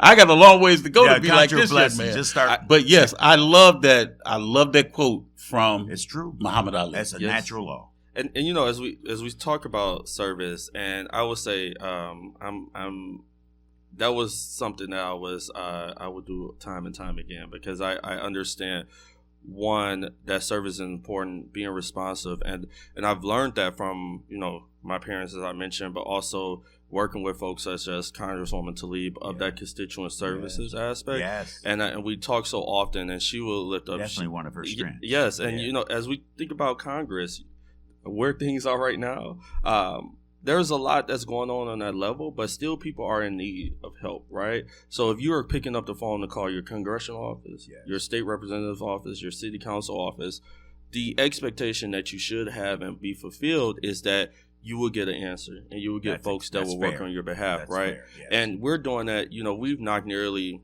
I believe it's about 20,000 doors now. In the city council campaign. And on the doors, we do constituent services. Right There are on folks, the spot. Right That's on right. the spot. And Sometimes folks, people need a simple answer. yes. A phone number. And it comes up that folks will say, hey, this tree on the berm is dead, and we need it to be turned down. That's the city's responsibility. So we have improved Detroit. So I'll say, here's this app that if anything comes up, good. you can report it. But also, I'm going to report it as Good. well. So Okay. we report that to the city. Folks that are having issues with property taxes, folks that are having issues with road repair. That's the work that we're doing now, and that's the commitment that I want to bring to city council to make sure that, you know, we can push ordinance at the table, we can do budget negotiations, but those things take time. If you're calling me with an issue today, we have to make sure that we are connecting folks, whether it's folks in government or folks in nonprofit or wherever it may be, to make sure we're solving that issue. That's a great attitude. And, you know, something very simple, even when I think I may have helped people, I spent nearly 5 years in the Secretary of State's office, and, you know, we've been educating around Michigan's new voting rights. But really the most important thing I was able to make a difference around is driver's license. Man, I'll bet you, I personally talked to over 1,000 people that had a driver's license issue. So long after I think I may have helped them, something in my brain won't allow me to let it go. I still call them. I say, hey, Denzel, did you ever get that issue resolved? Oh, yeah, man, thank you. You know, you sent me to the right person. But something in my commitment to service won't allow me to be satisfied until I know that your issue has been resolved. And I see that same spirit in you, Denzel. And you know, and it's so interesting, because I'm going to throw this little plug out. You know, sir. Hester, I'm going to embarrass you when I say Go right ahead, brother. But, you know, the thing that's so interesting is that there's so many people out here that do the work and don't get credit for the work that they do. You're one, Denzel, that I know all the work that you do, having boots on the ground, getting out there, knocking on doors, letting people know that you represent the people and not the interest, you know, not these interest groups that want to put a lot of money into. Now, that's the question I'd want to ask you, and then I'm going to get to this compliment I'm going to give you, Hester, do you, because, you know, now there's a lot of monies that's being given out by a lot of these companies in return for something from that elected official. They want something. That's Have right. you been approached, or what is your view on PAC you know, dollars on PAC dollars that people So- might want to try and throw at you? Absolutely. So I do not take any cent of corporate PAC really? dollars. Okay. None at all. Why? And because I feel that, as you mentioned, I know that when we are talking about corporations, at the table, when they're thinking about their bottom line, they are thinking about how much money can we make? How much money can we give to our shareholders, the executives and such?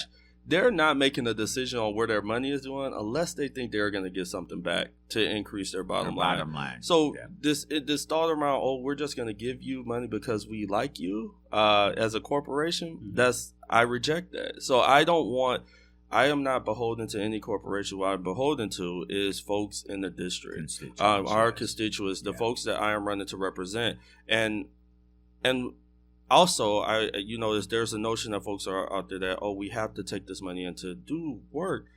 Well, I was next to a candidate that was self-funded, I was the highest fundraiser in the primary. Awesome. By rejecting corporate PAC dollars, because I got money from folks That's awesome. people that believed in the vision that we're You pushing. got to say that over and over again. That's very good to know. Thank you. Now, Hester, you've run for office Yes. before. What advice would you give to this young man? I think Denzel has the rhythm. And I would say rise above the rhetoric. Mm-hmm. What do you mean when you say rise above the rhetoric? It's not sound bites. It's not just something that feels good. I mean, literally, take your time, hold people's hands, be still, be very, very mindful, hear what they're expressing concerns around, and try and provide some advice or some direction or some relief. So I'm saying you got to find a space in your heart where you're genuinely committed to helping people and making a difference. But Denzel is already there.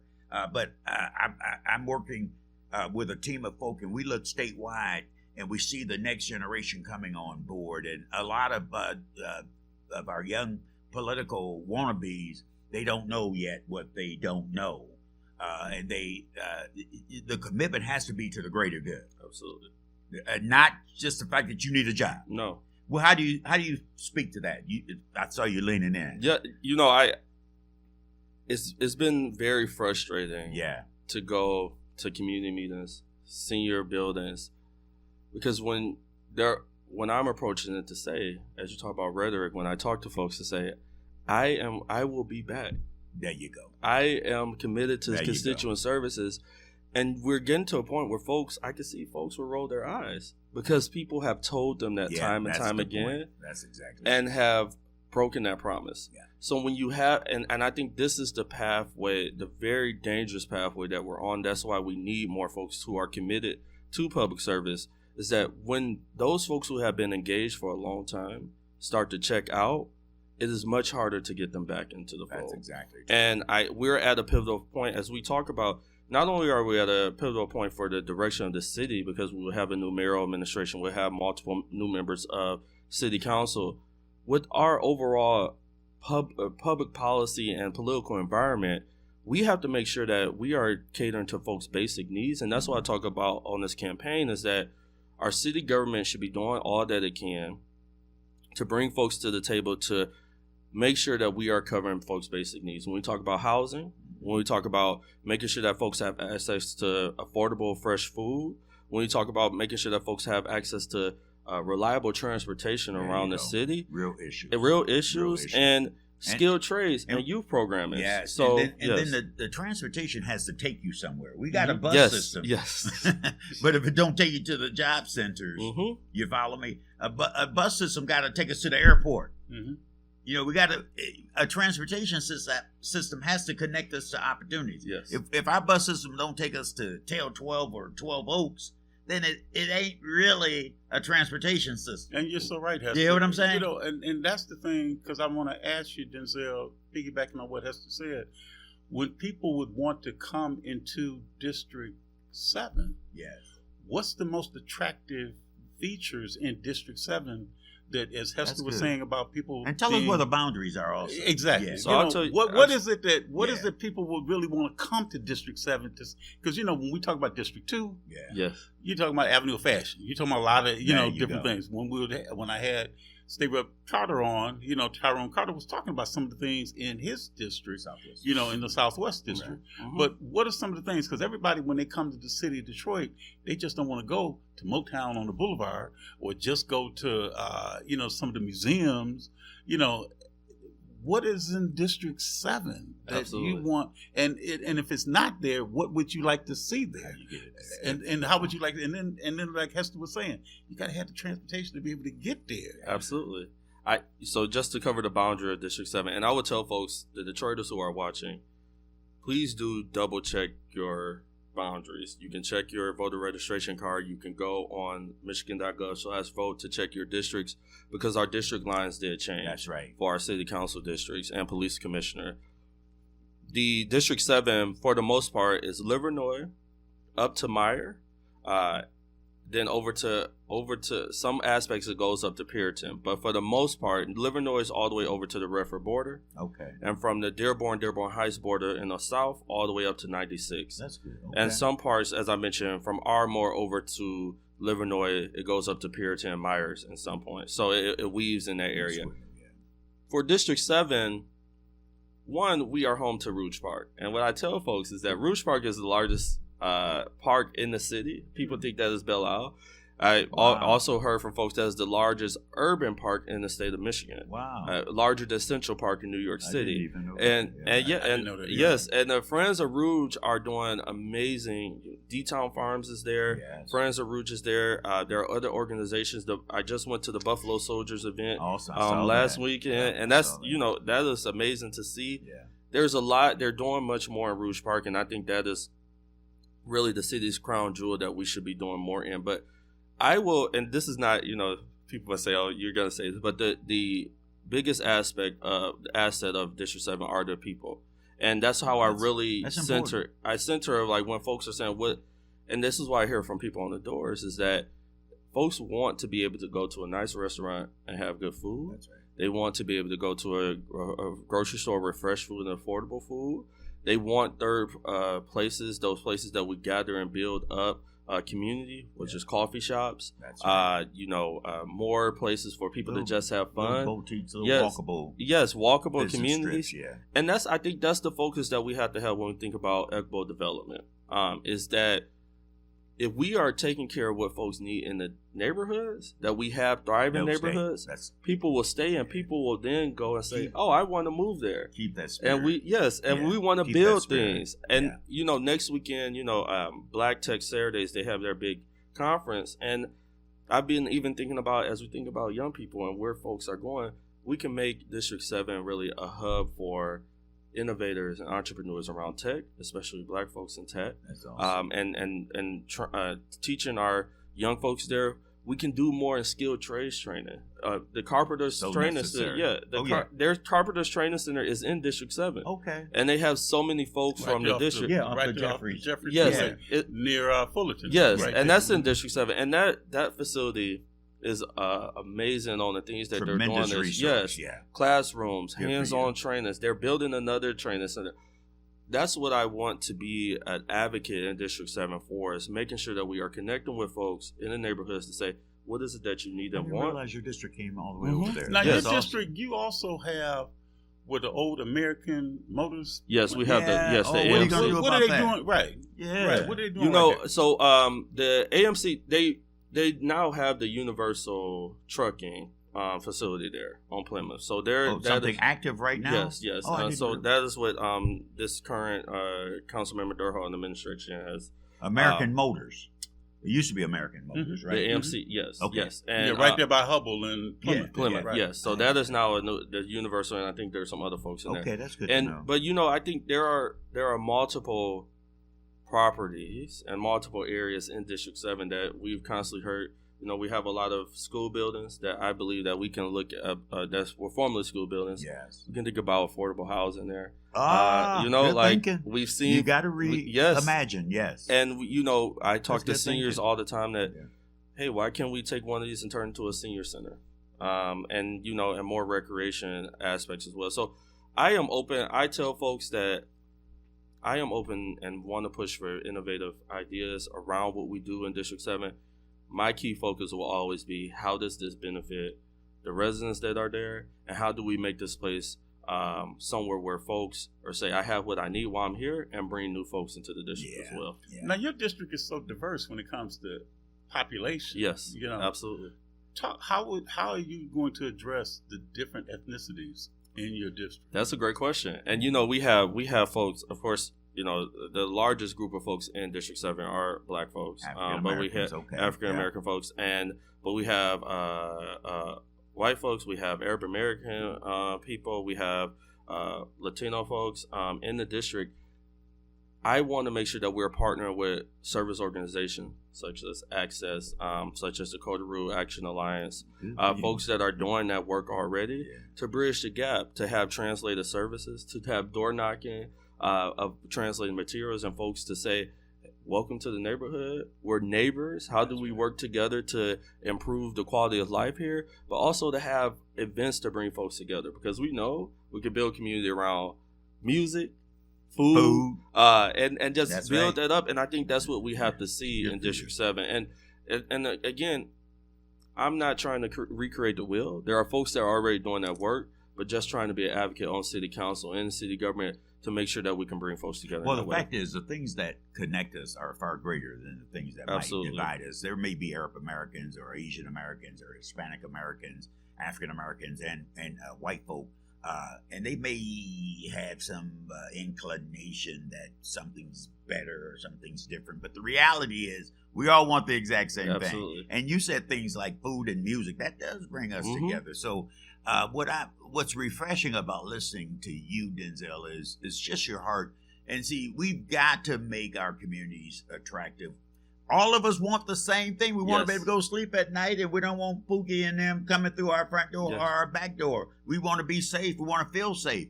And I was talking to the police chief not long ago, and I was saying, I would hope to see our police leaders come out with a unifying message.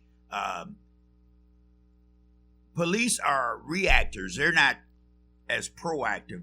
They're reactive. So we got a message to young people, something else about respect. Mm-hmm. You follow me? All poor people don't kill each other. Right. All poorly educated people don't kill each other. Yes. There's something in our Detroit experience and our big city experience that we've lost that we've got to regain. And that's what I look to the next generation of politicians, political leaders, to help us understand. Let's lift up a new standard. Yes. Detroit is a place where you can live, but you got to love yourself and you got to love your community so that we can prosper. What you said there, the everything what you said, but also I want to emphasize that last part of love for ourselves and love for community. That's what I'm coming And when we were having this conversation around the expanding the curfew, and you and I have talked about this, what I brought up to folks, we have to actually listen to the folks that we are. That's right. You're trying to govern, right? That we are trying to govern. And I tell folks. They'll tell you the answer. Exactly. There was a Free Press article. And, no one, and I want to make this clear because I think it gets really muddy that when we are thinking about different alternative solutions to this, folks will then say, oh, well, you don't care about the person who was harmed or killed. No, actually, deeply, I want to make sure it doesn't happen again. And there was an article in the Free Press that there was a young person on the east side that said, I got connected to a mentorship program. There you go. And I saw that there was something different than what I have seen. That's what I tell these young people all the time, 11th and 12th graders, man, I ain't letting them go. And that's what we have to push. And that's why I talk to folks around youth program. It's not just recreation. We need more recreation, but we need more before and after school programs. Yeah, mentorships, fellowships, internships, scholarships, all of the ships. I want to give take us to the promised land. There are folks that were with Betterment Outreach, and they're a great organization. And I remember that they came to an event that folks were hosting in the city, and there was one person. He was there. He worked with one of the automotive companies, and he said I was talking to a young person, and he said, oh, you work in a plant, you had that nice car? He said, yes, I made good money there. So it's like even that, like really bringing our awareness and folks in the community that are already doing that work to our young people to say, this is the future that you can have. And you don't have to get mixed up in all of the negative stuff. Exactly right. And I think that's the focus that we also have to build up that community aspect. We have folks that are now on the blocks that we have our elders afraid of our young folks on the block. We have our young folks who don't know our elders, and we have to build back up that community. So there's a couple things I'll say to that too, though, Denzel. What you really just reaffirmed is you can't be what you don't see. Yes. And very often, again, we just don't know what we don't know.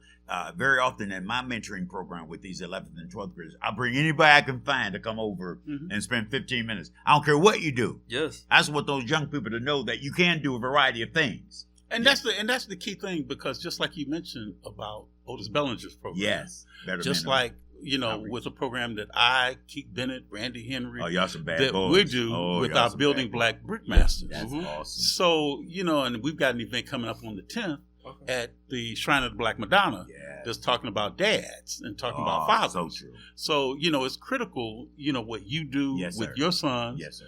what you may inspire other young men like this man to go and inspire to his sons and even his daughters. Yeah. And the one thing I want to say too, real quick, because I know we got to wrap up in a second, but one thing I want to say in terms, say with this man, and I'm gonna throw it out. People can be dangerous when they got a microphone. Oh my God! But I'm gonna say, gracious, I don't know what's coming. One thing I'll say to you, Denzel, if you are successful and you become the city council person in District 7, to bring some elder statespeople into your administration. Because it's one thing to bring young people in, but remember, this is wisdom right here. Yes. I appreciate this is a lot of wisdom. I appreciate and the one thing that I'm going to say too is that here, as I said to this man before, the city council is one direction. The mayor is another direction. Yes. But then also there's the gubernatorial race. Yeah. And there's the thing that people need to look at. This man could be on a short list. Oh my God! Look at for that. Oh my God! Lieutenant governor, as well as for deputy I'm a mayor. happy man. But I know you are. But let me say this real quick. I just want to say, because I've had, and I'm gonna wrap this up real quick, Tim. But the thing is that Live Well Detroit is having a event that's called Beats, Eats, and Unity Summit, and it's going to be in Paradise Valley, right there at 2160 Mount Elliott, in Detroit, Michigan. This is going to take place on September the 27th from 1 o'clock to 6 o'clock. They're going to have a variety of resources, speakers, information, DJs, so definitely would invite you to come out there. Yeah. But also, too, if you want to get more information, contact Minister Esther at 854-4142. And that's, again, I need my cheaters, right. But again, that's Minister Esther at 313-854-4142. And make sure that you come out, because I just met her about a week ago. She's in our green room. We were going to have her to come on the show and do the last few minutes of the show. But, time was kind of, because I wanted to kind of get an opportunity to go and get you, an opportunity to know what the residents in District 7 are looking to support, as far as you and the city council person. So again, we thank you for tuning in today. We're on our way to go to the fish fry over there at Oak Grove. Go ahead. Is that today? Okay. That's today and tomorrow. Okay. That's the largest fish fry in town that the men's group are having. And that's going to be at Oak Grove Church. And so we've got so much that we're going to be doing. And we definitely want you to have a very safe, but have a weekend that you go and you support your fellow person. And definitely let your family know how much you love and care about them. So call and make sure you reach out to people. Have a great rest of the weekend. Thank you, Denzel McCampbell. Right, Denzel McCampbell. Thank you, Hester Wheeler. Good luck to you, brother. It's 80 degrees. Y'all better get outside. Right. Thank you to State Rep Tyrone Carter. Yes. Thank you to my guests that are in the green room right now, to Minister Esther, to her sister, and also to Kimberly Clemens. Thank you again for having everybody to do a great show today. Have a great weekend. Thank you. Truth to power.